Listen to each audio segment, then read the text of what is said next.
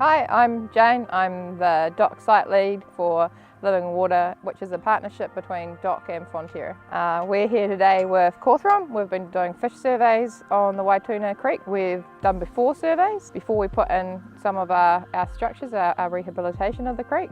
And now today we're looking at the after, so we'll see if our rehabilitation has made a difference to the creek and in terms of fish biomass and numbers. The Waituna Catchment flows into Waituna Lagoon, which is an internationally significant Ramsar wetland, so it's got really high biodiversity values. But the catchment flowing into it is also a really productive place for farming, so there's a lot of sheep and beef farming, and it's a really productive place for dairy farming because you get a lot of good rainfall and that sort of stuff. There's a lot of concerns about the lagoon downstream, so yeah, there's been steps being taken over the past 20 years or so to make it work for both the farming community and improve biodiversity values and maintain the biodiversity values that are here. We've got a vision down here as a catchment.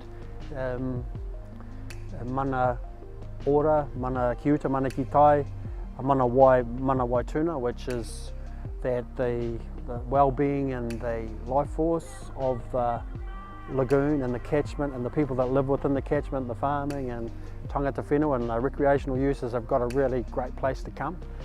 All the work to date so far has really been focused on the lagoon and protecting the lagoon, but this stream in the background here is actually the main stream that feeds the lagoon, and essentially there was sort of very little work going on in the stream, but this is a really important part of the picture because it's basically just the flowing part of the lagoon, if you like. 5 years ago now, went through a rebattering, which was to address the sediment inputs into Waituna Creek and then into the Waituna Lagoon. And that was done to target sediment, but what we found was that while this might target sediment, it wasn't great for fish habitat. So what we've done is we've trialled putting some of that fish habitat back in by anchoring large logs, so 3-metre long logs, into the creek bed and modifying that rebattering a little bit, so we now have benches in it, like a 2-stage channel, which means that we can plant right up to the water's edge and provide some overhanging vegetation for fish as well, among several other benefits. We've set up a before-after control impact study design, so we've measured the fish community before these structures went in place, and this sampling effort that we're doing right now is 1 year after the structures have been in place. So ideally I want to see a whole pile of fish moving into all these structures, but we'll just have to wait and see because this is a trial, it's an experiment to see if it's working. The other thing that's important is that these things take time, so it's going to take probably more than a year for the fish to find and move into these structures, so hopefully we'll see an increase in the fish population, particularly the eels. We want to see more longfin eels. We might see some giant kokopu moving into these areas. We're doing a pretty intensive sampling process to get these fish data. It's not easy.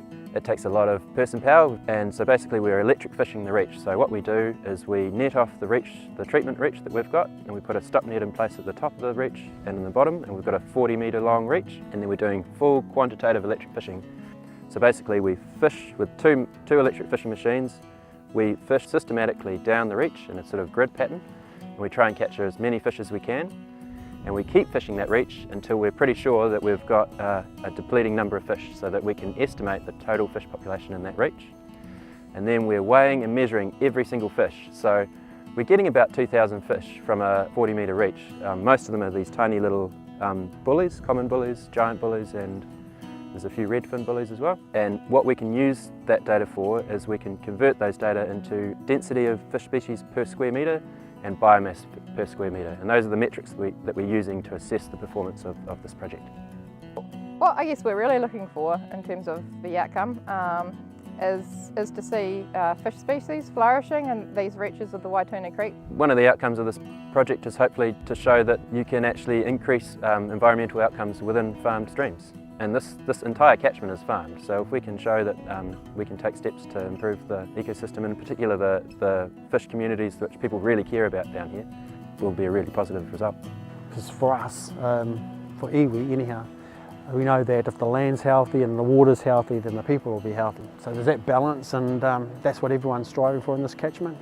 All of us, you know, right from the top of the catchment, farming, right down to the bottom and the recreational, and iwi in the future. Really hoping to get a connection back to these places and be able to bring some of our children and our mokos and the future generations will have an opportunity to come in here and get a tuna, go and get a kai and those sorts of things. So that'll be the ultimate. Great farming, prosperous farming that's got a great balance with the natural environment and biodiversity, recreational, walking tracks and all those sorts of things. That sounds like a good future for us.